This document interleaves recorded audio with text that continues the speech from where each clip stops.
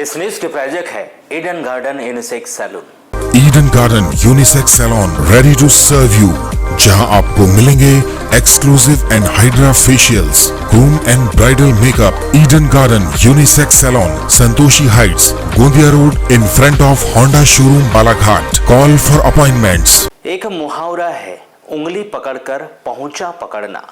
यह मुहावरा यहाँ चरितार्थ होते नजर आ रहा है। बालाघाट में एक ऐसा चौंकाने वाला मामला सामने आया है, जहां पहले दुकान किराए पर ली गई और फिर पूरी बिल्डिंग पर ही कब्जा करने की साजिश रच दी गई।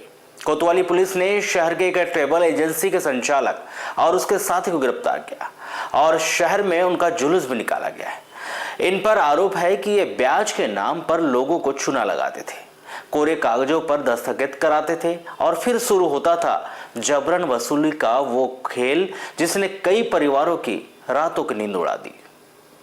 इस सनसनीखेज कहानी की शुरुआत हुई गोंदिया रोड वार्ड क्रमांक 21 के निवासी रमन गौतम की एक शिकायत से। रमन गौतम के गौतम कॉम्प्लेक्स में अंजलि ट्रेवल्स के संचालक राजकुमार उर्फ राजा कुकरेजा और मॉम्स किचन के धीरज जोतवानी किराएदार है। किराएदार राजकुमार उर्फ राजा कुकरेजा और धीरज जोतवानी के द्वारा मिलकर मकान और दुकानों की रजिस्ट्री अपने नाम कराने का दबाव बनाया जा रहा था।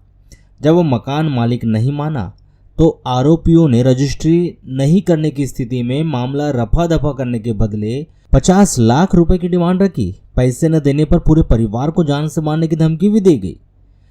पुलिस की जांच जैसे जैसे आगे बढ़ी तो पता चला कि मुख्य आरोपी राजकुमार उर्फ राजा कुकरेजा बालाघाट में अंजलि ट्रेवल्स के नाम से ट्रेवल एजेंसी संचालित करता है। फिर राजा कुकरेजा की काले साम्राज्य की परतें खुलती गई। राजा कुकरेजा ऊंचे ब्याज पर पैसे देकर लोगों के से कोरे स्टैंप और चेक पर साइन कराता था। उन्हें स्टैंप के दम पर वहां लोगों की जमीन और मकान हड़पने का काम भी करता था। आरोपी पर पहले से ही धोखाधड़ी, मारपीट और यहां तक कि बलात्कार जैसे 5 गंभीर मामले भी दर्ज है। पिछले 1 वर्ष में इसके खिलाफ 12 से ज्यादा शिकायतें पुलिस के पास पहुंची थी। पुलिस ने रविवार को दोनों आरोपियों को गिरफ्तार किया और शहर के बीचों बीच उनका पैदल जुलूस निकाला गया। जैसे ही पुलिस ने उन्हें बेनकाब किया, कई नए पीड़ित भी थाने पहुंचने लगे। वाराणसी की स्वाति गौतम जैसे कई पीड़ितों ने अब अपनी चुप्पी तोड़ी है और राजा कुकरेजा के खिलाफ मोर्चा खोल दिया है।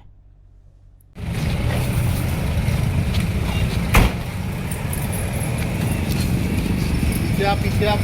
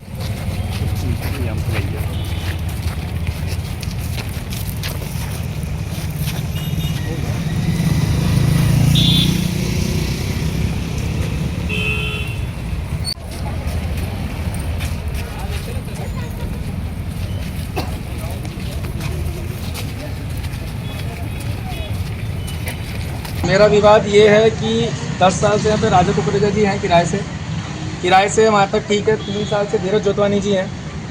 मेरी बिल्डिंग हो गई जर्जर। मेरे पास नगर पालिका के ऑर्डर हैं, PWD के ऑर्डर हैं, नोटिस जारी हो चुके हैं कि मुझे तोड़ना है स्वयं, और अगर मैं नहीं तोड़ूंगा तो मुझ पर कार्रवाई होगी, उसका खर्चा मुझे देना है। मैंने इन दोनों से रिक्वेस्ट किया कि आप खाली कर दें, तो इनकी डिमांड है 42 लाख रुपये दोगे तब खाली करूँगा। इनकी डिमांड है कि 50 लाख रुपये दोगे तब खाली करूँगा। मॉम्स किचन वाले को चाहिए 50 लाख धीरज जोतवानी को, और राजा कुकरेजा को चाहिए 42 लाख रुपये। अब मैं इनको ये पैसे दूं तो ये खाली करेंगे। तो फिर आपने इसलिए मैंने बात किया, मैं थाने गया, मैंने अपना आवेदन दिया, मैंने रिपोर्ट दर्ज करवाया। इनकी रिकॉर्डिंग है मेरे पास मोबाइल में। पैसों की डिमांड पे एक्सेप्ट करते हुए कि हाँ हम आप इतने पैसे दो, नहीं तो हम बैठक भी नहीं करेंगे आपके साथ बात करने के लिए।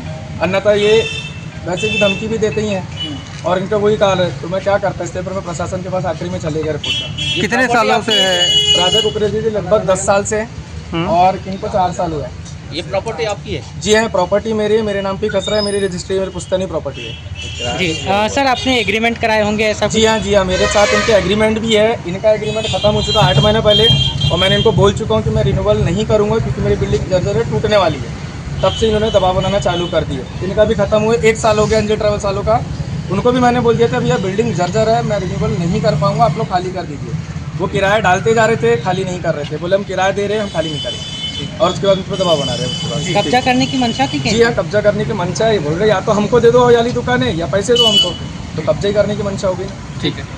मेरा नाम स्वाति गौतम। कहाँ रहते हैं? मैं वाराणसी तुम्हारी रहती हूँ। अच्छा, क्या मामला है आपका? मैंने इनसे 2021 में 50,000 रुपये ब्याज पे पैसे लिया था 5% से। मैंने इनको ऑनलाइन पैसे भी रिटर्न कर दिया, मेरे भाई के अकाउंट से पैसे गए और मेरे अकाउंट से गए। 5% का ब्याज भी दे दिया। इनके पास मेरे चेक रखे हुए थे और एग्रीमेंट रखा हुआ था। मैंने बोली भाई साहब मैंने आपको पैसा दे दिया, आप मुझे चेक और स्टाम्प वापस कर दीजिए। इन्होंने नहीं दिया, बोले चलो ठीक है मैं बाद में दे दूंगा, टेंशन मत लो, घर की बात है। हमने चलो ठीक है, विवाद करने से कोई मतलब नहीं है। फिर बोलते कि मैं चले गई बाहर अपने काम से, मैं 6 महीना साल भर नहीं आ पाई। फिर आके मैंने बोला भाई साहब मेरे चेक और स्टाम्प वापस कर दो। बोले मैं दे दूंगा, रखे हुए हैं, कहीं रखे हुए हैं, मैं देखते रहूँगा, मैं ढूंढूंगा, मैं लाके दूंगा। बोले ठीक है। उसके बाद में इन्होंने फिर एक नोटिस भिजवाया, मेरे घर पे आया। ये नोटिस की फोटोकॉपी है, ये नोटिस भी रखा हुआ है। इसमें उन्होंने ये लिखवाया है कि मैंने 2.5 लाख रुपए लिया है। देखिए उल्टा, ये नोटिस की फोटोकॉपी आप देख भी सकते हैं कि 2.5 लाख रुपए लिया है मैंने, और मैंने ब्याज में पैसे लिया गया, क्या पैसे दिया भी नहीं है। ये बताइए मैंने पैसे जो लिया था वो दे भी दिया, प्रूफ भी है मेरे पास में। उल्टा इन्होंने 2.5 लाख का मेरे ऊपर में केस ठोक दिया। मेरी कल को शादी होने वाली है, तो मैं ये केस कोर्ट कचहरी लड़ते रहूंगी कि आकर के फिर मैंने 2 महीने 3 महीने हो गया। उसके बाद में आकर के ऑफिस में बात भी किया मैंने कि भाई साहब आपने केस क्यों किया मेरे ऊपर में, जब मैंने आपको पैसे दे दिया। तो बोले फिर मजाक मस्ती में बोलते हैं कि नहीं मैं दे दूंगा, कोई दिक्कत नहीं, तुम्हारा फोन नहीं मिल रहा था ना, कॉन्टेक्ट नंबर नहीं हो रहा था, इसलिए मैंने केस डाल दिया। बोले मैं खत्म कर दूंगा। इन्होंने आज तक ये खत्म नहीं किया। मुझे आज पता चला तो मैं खुद आई हूँ और मैं ये सारी चीजें कंप्लेंट करवाने की भाई अपन को भी करना है, क्योंकि हम तो परेशाान हो रहे हैं ना। ऐसे कितने लोगों के साथ फ्रॉड किया है? इसे बहुत सारे लोगों के साथ किया होगा भाई साहब, मैं तो बोल रही हूँ। क्या मनसा लगती इनकी है? ये अच्छी नीयत नहीं है इसकी, इस व्यक्ति की। मैं तो क्लियर बोल रही हूँ, मैं सामने बिल्कुल। मामला कब का है? मामला 2021 का है, तो कब से दे चुकी हूँ मैं पैसे। ये तो अभी क्या है 2025 में मुझे नोटिस आया, और अभी तक चल रहा है। बताइए पूरी बात आ गई। ये इनके विरोध में नमन गौतम के द्वारा शिकायत की गई है कि इनको इनका नाम राजा है, ये किराए पर लिए थे, लेकिन ये किराए के बाद इसको लगातार खाली भी नहीं कर रहे हैं। बहुत दिन हो गया, और खाली करने के नाम से उन्होंने 50 लाख रुपये की मांग की। इस पर से ब्लैकमेलिंग का केस उठाया गया और उन्हें रिमांड दिया गया और उन्हें माननीय न्यायालय पेश किया जा रहा है। इसको ये रिक्रिएशन किया गया घटना स्थल पर, किस प्रकार से कितने दिनों से यहाँ पर इसको किराए पर लिया है और कौन कौन से इसके रूम हैं, ये सभी किया गया। क्योंकि किस तरीके से वो इसको अपने कब्जे में लेकर के और अपना कब्जा बता रहा है, और इसी के संबंध में रिक्रिएशन किया गया। सर पुलिस द्वारा जो एक प्रेस नोट छोटा सा जारी किया गया है ग्रुप में, उसमें 2 प्रतिष्ठानों के नाम है, लेकिन यहाँ पर एक ही व्यक्ति को लाया गया है। चूँकि उसकी अभी प्रकरण में पूछताछ चल रही है, अभी उसमें भी आगे की कार्रवाई उसमें जारी है। तो क्या 2 प्रतिष्ठानों पे कार्रवाई की जाएगी कि सिर्फ अभी अंजलि ट्रेवल्स पे ही कार्रवाई की जा रही है? प्रतिष्ठानों पर कार्रवाई की जाएगी। कौन से मॉम्स किचन वाले का इन्वॉल्वमेंट है क्या नहीं इस पूरे हाँ, मामले में? इसका भी इन्वायरमेंट है इसमें भी, और इसमें और भी प्रक्रिया पूछताछ की प्रक्रिया चालू है। ये रेप केस सहित और 420 धोखाधड़ी के बहुत सारे केस हैं, लगभग 5-6 केस इसमें है।